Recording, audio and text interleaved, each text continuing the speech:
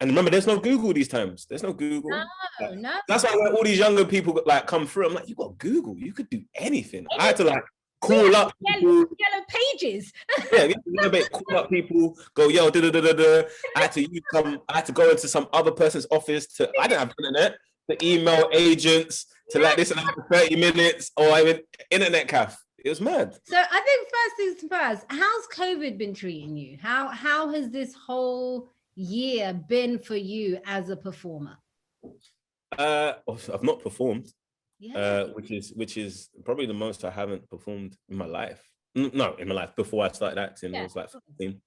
So it's like so that in that sense, it was like I just had to sit myself and like kind of I haven't sat still since Get Out's come out. So I've had to kind of go, whoa, what happened? Where am I? What am I doing? What's happened?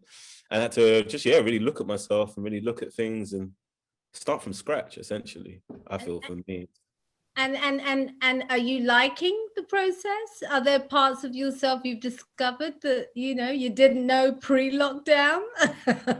Yeah, I have vices. I'm trying to lean out of my vices. But what is it that kind of? But no, it is. It's not even like he's not even seeing it as a vice. You know what I'm saying? No. It's like, what is it? You're sitting there like, what emotion are you scared of? Yeah. Is what it actually is. Yeah. Why are you? It's not like why are you dependent on something to stop you thinking or feeling something, because you just don't have the tools. You haven't figured that out. So there's a lot of that, like kind of going right, cool, like just sitting it. I've been sitting in silence a lot. Like I sit in silence in the morning, like 10 minutes, sit in silence. If my mind gets a bit mad, I just sit in silence and just chill. And then you can kind of see your emotion, your thoughts there, and then you realize that they're separate. Yeah, you know? And they're not you. Yeah. And also, I do think that is one of the things that we somehow need to get more people doing to be able to get through this process. For those that are finding it difficult emotionally, a lot of it is what you're talking about in terms of just being comfortable with that. So yeah, it's seeing that your thoughts and your emotions aren't you. I mean, it's just like something that you're going through or something that's going through you. And then when you see it like that, then you can let them go and you can tell yourself something different. Yeah. You have the power to tell yourself something different. 100%. Well, let's go to the beginning, shall we? I'm always curious when I see creatives, especially creatives from an African background.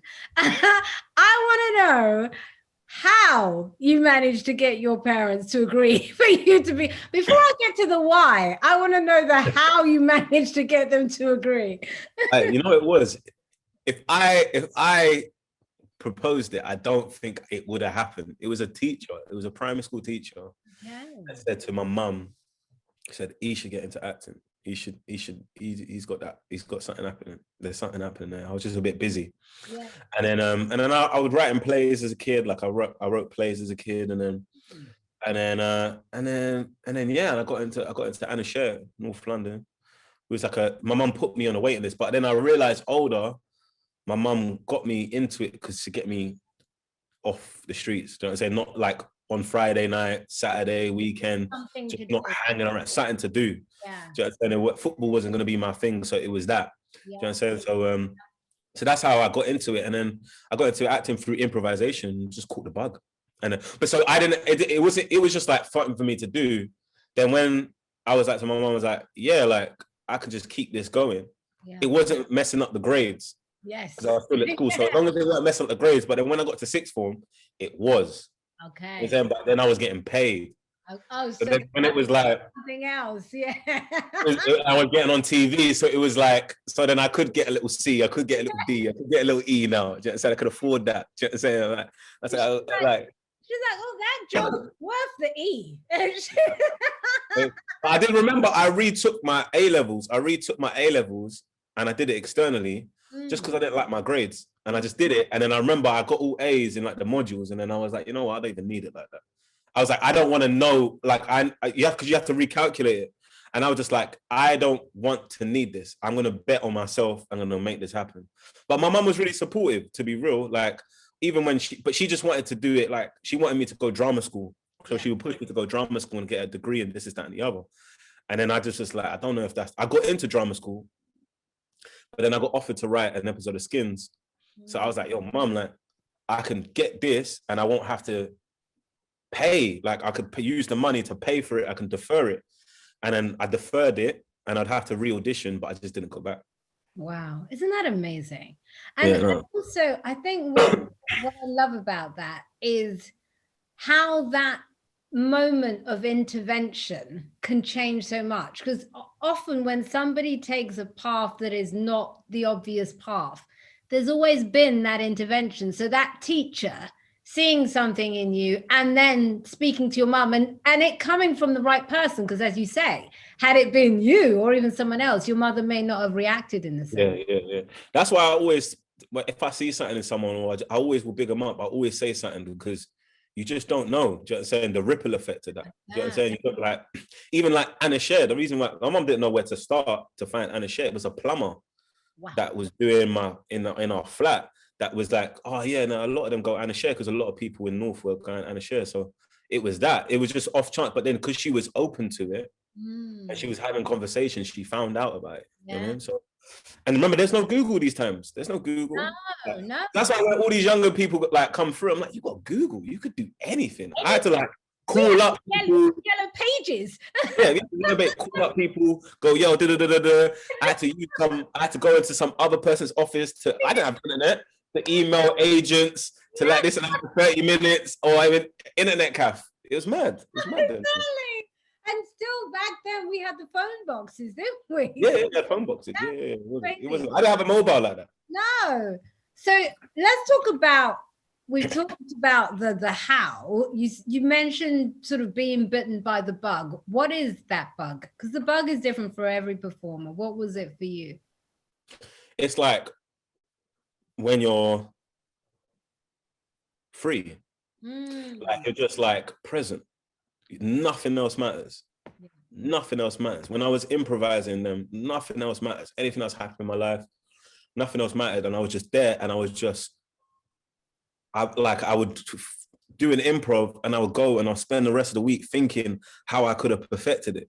Wow. And how I could have done it and how I could have done this and different, this and this, that and the other. And then I'm like, wicked, next week I'm gonna do this and I'm gonna try something different. And then you do that and then you're just thinking about it for the rest of the week. Like, that's why it's just like your headspace.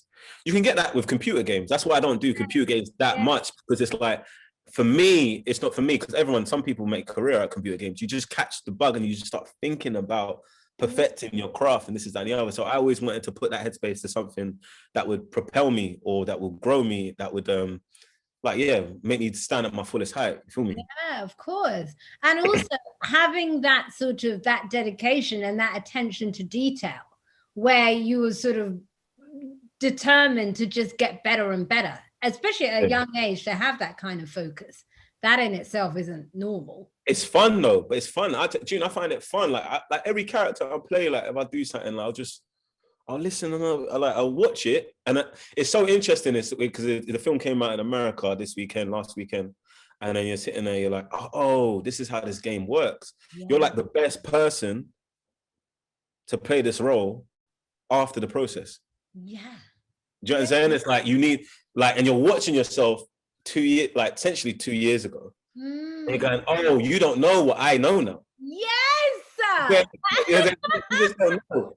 You don't know. That's why I kind of go, but that's what I'm saying. It's like your old self is teaching you a lesson presently. Yeah. Your past is teaching you a lesson. You've got to look at that, your thing, and go, why did you do that? Oh, where did that come from? Okay, let me do that. Okay, and then next. And then moving on, you're just going to perfect that. Because I see acting styles as flow. I see the script as a beat, as flow. So you've got to perfect that flow, because that pocket, yeah, you could have done this, you could have done less, you could have done that.